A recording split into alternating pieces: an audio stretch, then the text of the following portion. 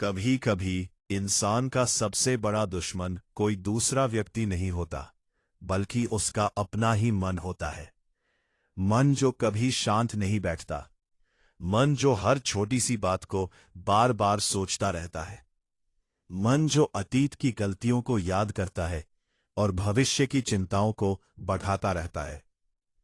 क्या आपके साथ भी ऐसा होता है कि कोई छोटी सी बात आपके दिमाग में इतनी गहराई से बैठ जाती है कि आप उसे बार बार सोचते रहते हैं? क्या कभी ऐसा हुआ है कि रात को बिस्तर पर लेटने के बाद आपका शरीर तो थककर सोना चाहता है, लेकिन आपका दिमाग लगातार चलता रहता है? अगर हां, तो समझ लीजिए कि आपका मन ओवरथिंकिंग के जाल में फंस चुका है। आज का इंसान बाहर से जितना मजबूत दिखता है, अंदर से उतना ही उलझा हुआ है। लेकिन हजारों साल पहले भी एक ऐसा महान योद्धा था जिसका मन भी एक समय इसी उलझन में फंस गया था। वो योद्धा था अर्जुन, और उसे इस उलझन से बाहर निकालने वाले थे श्री कृष्ण। भगवद गीता में श्री कृष्ण ने जो ज्ञान अर्जुन को दिया था, वही ज्ञान आज भी ओवरथिंकिंग से मुक्ति पाने का सबसे शक्तिशाली मार्ग है। आज की इस कहानी में हम समझेंगे कि जब अर्जुन का मन डर, भ्रम, चिंता और ओवरथिंकिंग से भर गया था, तब श्री कृष्ण ने उन्हें ऐसा कौन सा ज्ञान दिया जिससे उनका मन शांत हो गया और वो फिर से अपने जीवन के सबसे बड़े निर्णय को स्पष्टता के साथ ले सके। ये केवल एक पुरानी कहानी नहीं है, बल्कि हर उस इंसान की कहानी है जो अपने मन की उलझनों से लड़ रहा है। आज का इंसान शायद इतिहास के किसी भी दौर से ज्यादा सोचता है। उसके पास जानकारी बहुत है, विकल्प बहुत है, लेकिन मन में शांति बहुत कम है। वो हर समय भविष्य के बारे में सोचता रहता है। अगर ये काम नहीं हुआ तो क्या होगा? अगर लोग मुझे गलत समझेंगे तो क्या होगा? अगर मैं असफल हो गया तो क्या होगा? अगर मेरी योजना सफल नहीं हुई तो क्या होगा? इस तरह की अनगिनत आशंकाएं उसके मन में घूमती रहती हैं। धीरे धीरे ये सोच चिंता बन जाती है, चिंता डर में बदल जाती है, और डर ओवरथिंकिंग में बदल जाता है। ओवरथिंकिंग इंसान की ऊर्जा को खत्म कर देता है। वो निर्णय लेने की शक्ति खो देता है। वो वर्तमान में जीना भूल जाता है, क्योंकि उसका मन या तो अतीत में भटक रहा होता है या भविष्य में खोया होता है।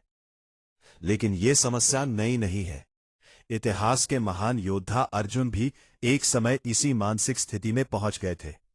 उनके सामने युद्ध था, लेकिन उनके मन के अंदर उससे भी बड़ा युद्ध चल रहा था।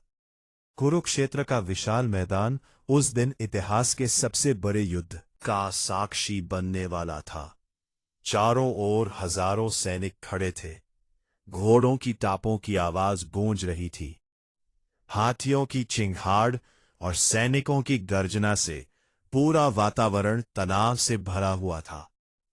ये केवल एक साधारण युद्ध नहीं था, बल्कि धर्म और अधर्म के बीच का निर्णायक संघर्ष था। एक ओर कौरवों की विशाल सेना थी और दूसरी ओर पांडवों की सेना। पांडवों की ओर से सबसे महान योद्धा थे अर्जुन, जिनकी वीरता और धनुर्विद्या की चर्चा पूरे आर्यवर्त में होती थी। उनके हाथ में गांडीव धनुष था और उन्हें विश्वास था कि वो किसी भी युद्ध को जीत सकते हैं। लेकिन उस दिन कुछ ऐसा हुआ जिसने एक महान योद्धा के मन को भी डगमगा दिया।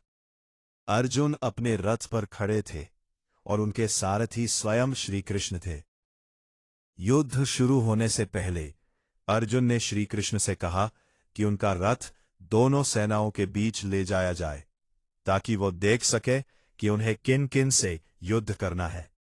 श्री कृष्ण ने बिना कुछ कहे रथ को धीरे धीरे आगे बढ़ाया और दोनों सेनाओं के बीच खड़ा कर दिया।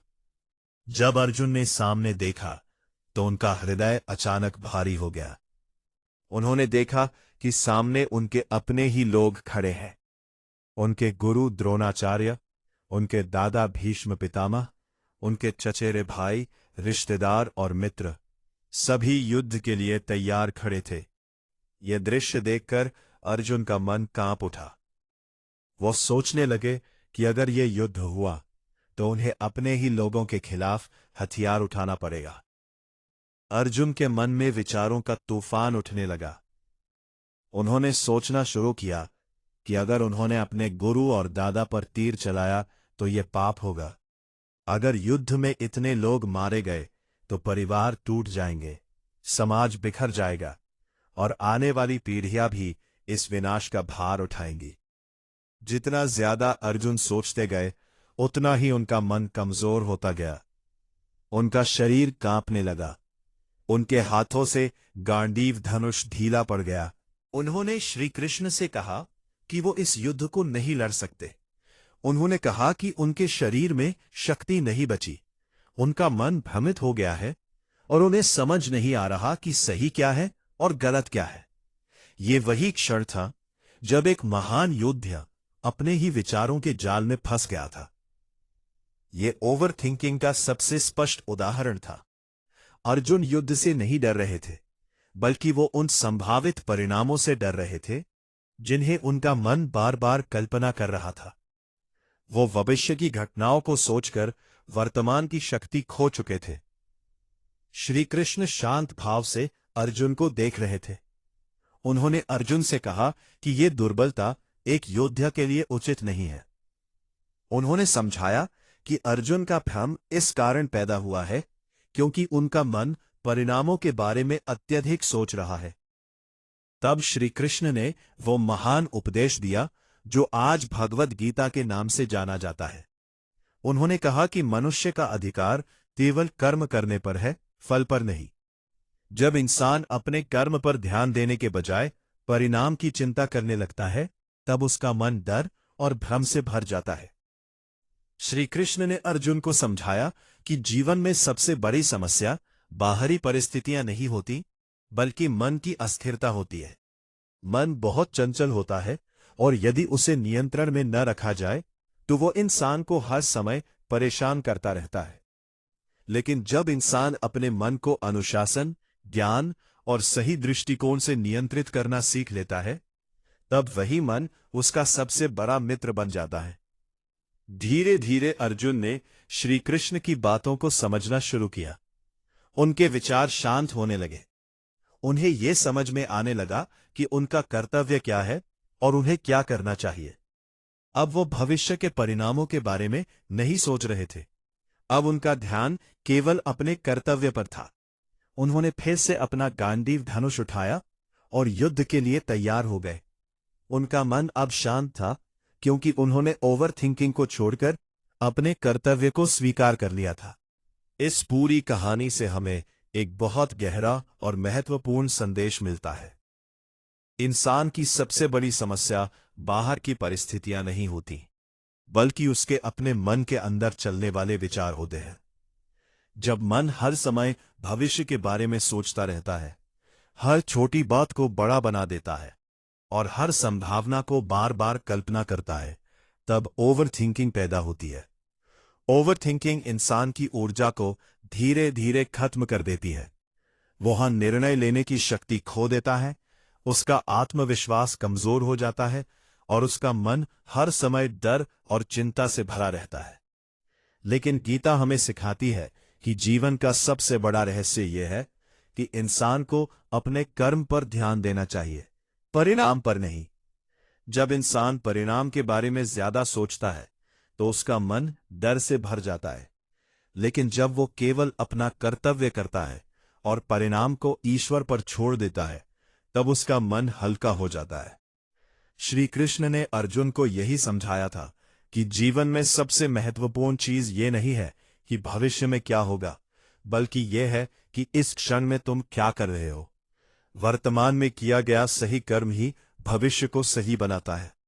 इसलिए अगर आप अपने जीवन में शांति चाहते हैं, अगर आप ओवर थिंकिंग से मुक्त होना चाहते हैं, तो अपने मन को बार बार याद दिलाइए कि हर समस्या का समाधान लगातार सोचते रहने में नहीं, बल्कि सही कर्म करने में है।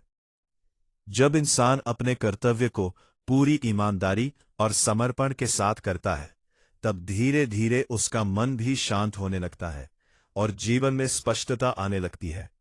गीता का यही ज्ञान हजारों साल से लोगों के जीवन को बदलता आया है और आज भी ये उतना ही सत्य है जितना उस समय था जब श्री कृष्ण ने इसे अर्जुन को सुनाया था। इसलिए जब भी आपका मन बहुत ज्यादा सोचने लगे, जब भी आपको लगे कि आपके विचार आपको परेशान कर रहे हैं और आपका मन शांत नहीं हो रहा है, तब एक क्षण के लिए रुकिए और गीता के इस महान संदेश को याद कीजिए। अपने आप से कहिए कि मेरा काम केवल सही कर्म करना है, परिणाम के बारे में चिंता करना नहीं। धीरे धीरे आप महसूस करेंगे कि आपका प्रश्न मन हल्का होने लगा है और आपकी सोच पहले से अधिक स्पष्ट हो गई है। जीवन में हर इंसान को कठिन परिस्थितियों का सामना करना पड़ता है, लेकिन जो व्यक्ति अपने मन को नियंत्रित करना सीख लेता है, वही सच्चे अर्थों में जीवन का विजेता बनता है। इसलिए अपने मन को डर और चिंता का गुलाम मत बनने दीजिए, बल्कि उसे ज्ञान और विश्वास की शक्ति से मजबूत बनाइए। जब मन शांत होगा, तब जीवन के हर निर्णय भी स्पष्ट और सही होने लगेंगे। अगर इस कहानी ने आपको थोड़ा भी प्रेरित किया है, अगर आपको लगा कि गीता का यह ज्ञान आपके जीवन में भी उपयोगी हो सकता है, तो नीचे कमेंट में जरूर लिखें जय श्री कृष्ण। आपका एक छोटा सा कमेंट इस बात का संकेत होगा कि यह ज्ञान आपके दिल तक पहुंचा है। साथ ही इस वीडियो को अपने दोस्तों, परिवार और उन लोगों के साथ जरूर शेयर करें जो अक्सर ओवरथिंकिंग की समस्या से परेशान रहते हैं।